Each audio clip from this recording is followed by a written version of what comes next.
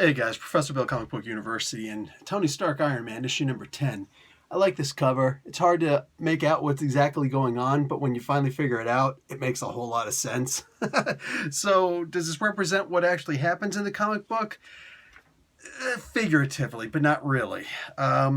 This essentially puts an end to the original story. Essentially, there's going to be, I think the next issue, although it is going to be clearly related, is going to be more of an epilogue than anything else. But yeah, the book is continuing and all that good stuff, clearly. All right, so this issue is called Stark Realities Part 5, Parental Code. Dan Slott and Jim Zub are the writers. Artist Valerio Scheide. Color artist Edgar Delgado. Letters VC's Joe Caramagna. And cover Alexander Lozano. Variant cover, Annie Wu. Graphic designer, Carlos Lau. And Iron Man was created by Stan Lee, his brother Larry Lieber, Don freaking Heck, and Jack freaking Kirby. All right. Basically, this is, what is it, Machine Man calls it Stark's $1 trillion therapy session. And yes, that is what it is. You see a couple return to forms of certain armors. You see some twists on older armors. And yeah, that really happens twice majorly. Stark has to explain some things to his parents. More specifically, what's interesting is it's like the programming for the parents, the AI, it's like they're real. No, really real. Because there's a conversation about Arno at one point, and she says, wait, you knew about that? You knew about him? That is extremely interesting. And of course, we know that one issue that just happened recently, a couple issues ago, that Slott put out, where it's just about Arno, and we see that he's not as good a person as we like to think he is. Oh, he rescues people, but in his own way, his own manner. I have a feeling this is going to turn into a serious head pretty soon. Like, this is, it's starting to actually feel serious, I should say. Not everything else. While a lot of this has just been kind of like, okay, cool, yeah, can we move on with this now?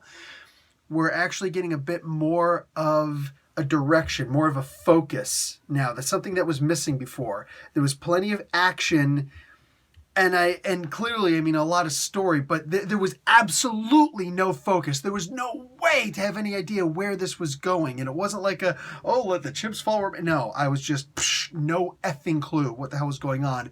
The story was actually starting to get boring. I actually didn't care about the story anymore. Now I'm starting to see a focus for there. Like the light at the end of the tunnel, even if I didn't see that, as long as I see that there's a freaking straight line someplace.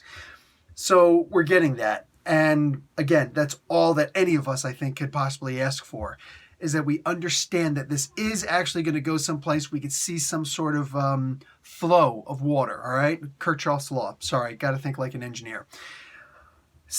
Finding something I didn't like about the book. That was actually really easy. Look, I'm not an SJW. Because SJWs, in my opinion, my observation, are people who stand on a platform, a raised dais, and they just, all of you such and such and such, blah, blah, blah, blah, blah. And they eat their own.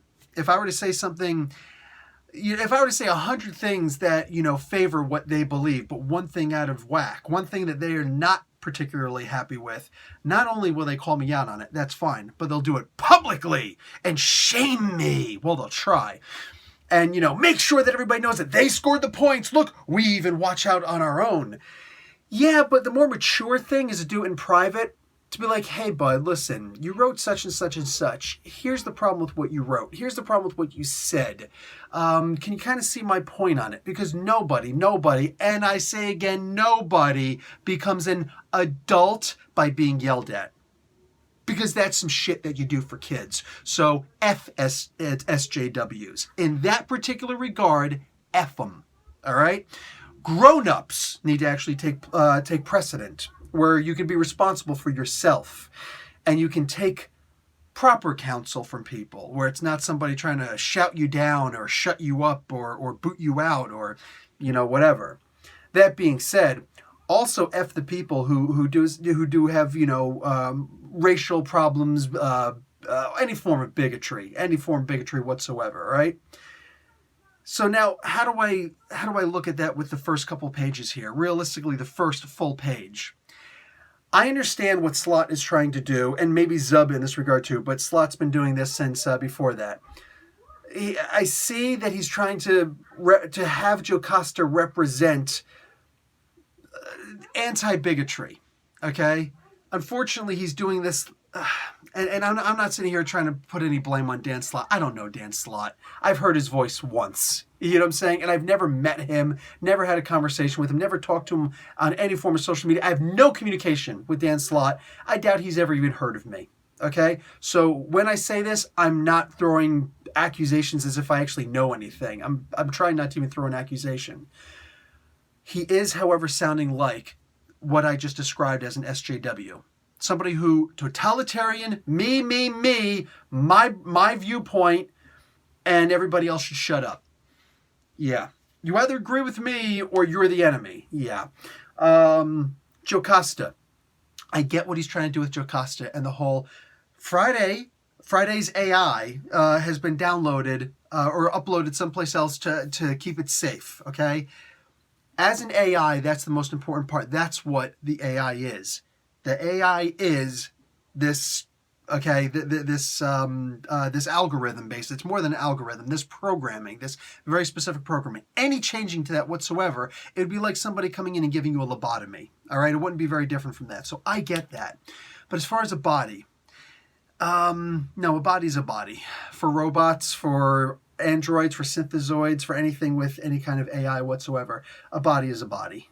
All right, you can replace an arm, you can replace a leg, and this is much like with human beings. You know, it's a very Hindu mentality. At least that's how I learned of it. Was in Hinduism, the idea that if you cut off my arm and throw it over there, did you throw me over there, or am I still over here? Well, you're still over there. Okay, cool.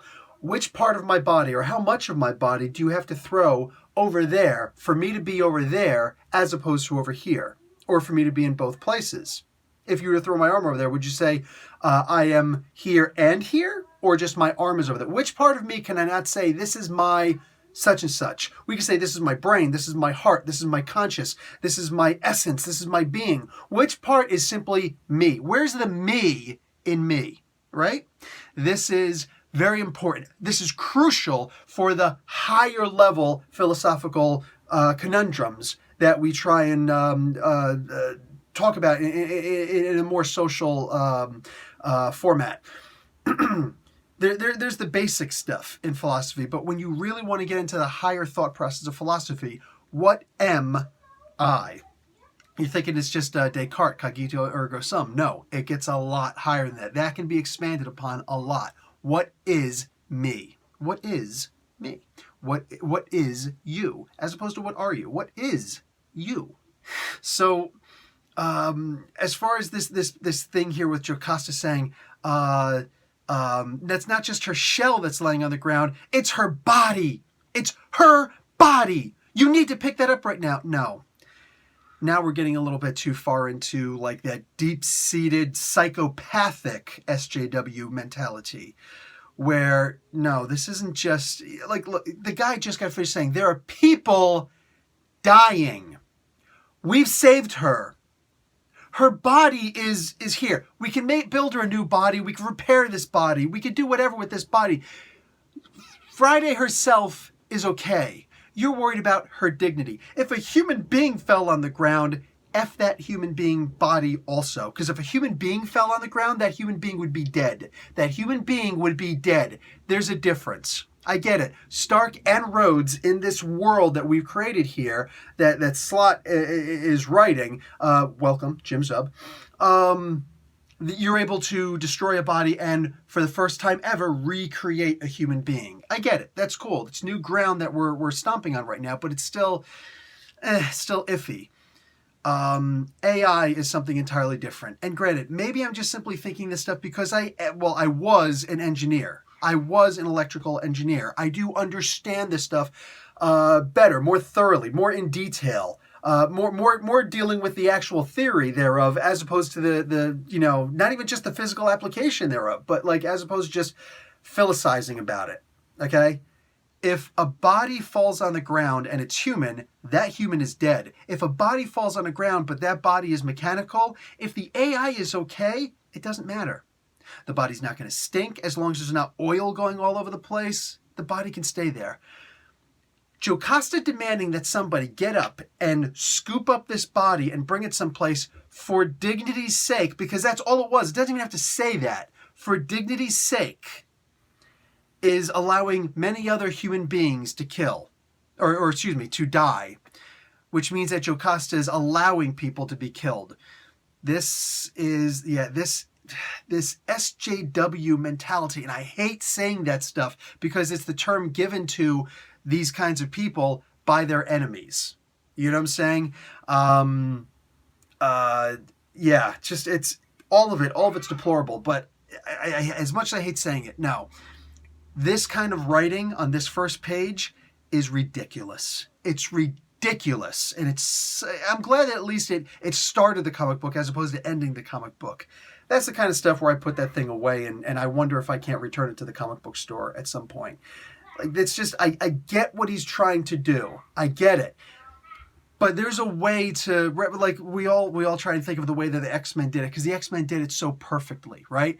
The X-Men represented everybody in human society, the gay people, the people of color, brown and black, right? They represent women. They represent all the non-cis white males. Okay, I get it.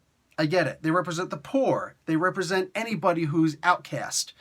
That being said, this is absolutely not the way to do it. There's been lots of ways that people have tried it, that comic skaters get all pissed off about, oh, this is just this.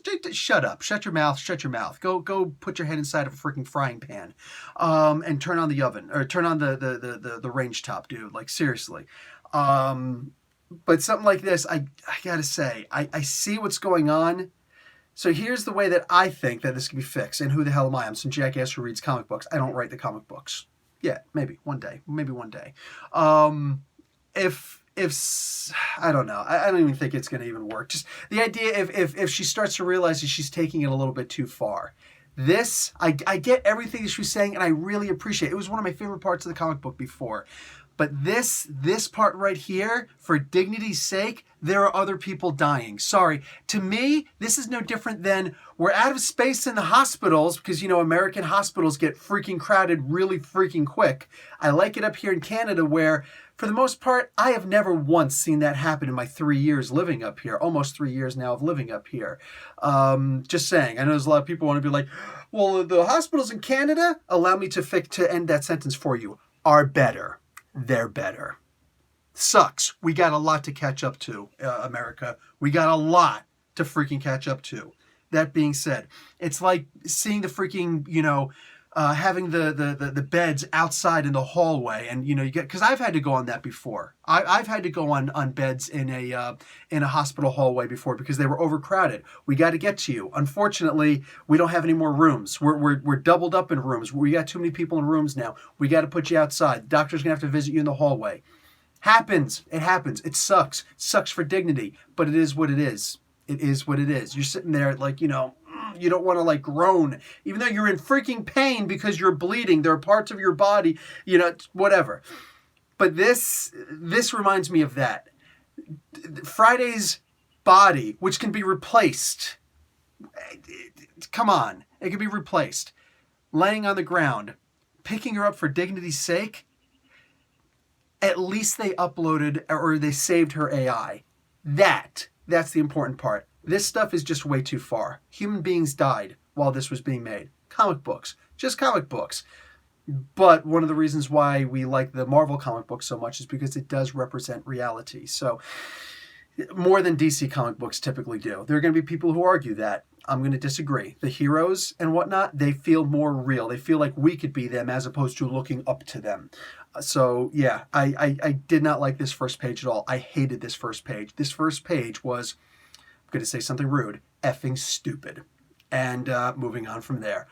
Aside from the first page, this was a good book. This was a really good book. So definitely consider checking it out. Ignore that first page and move on from there. I'm interested to see what's going on with Tony after this. Plus, the description that they gave of Tony and the description that Tony gave himself, I really liked it in here. And no, it wasn't my typical idea of Tony Stark is a bad guy posing as a good guy. Tony Stark is a good guy right on the cusp of being a straight villain. He's never been an anti-hero. That's not what Tony Stark has ever been. He's been the good guy that is good by any means necessary, and sometimes becomes a villain who tries to kill his younger self and does bad things to Daredevil. Anyway, yeah, go and check it out. Professor Bill, Comic Book University. Class dismissed.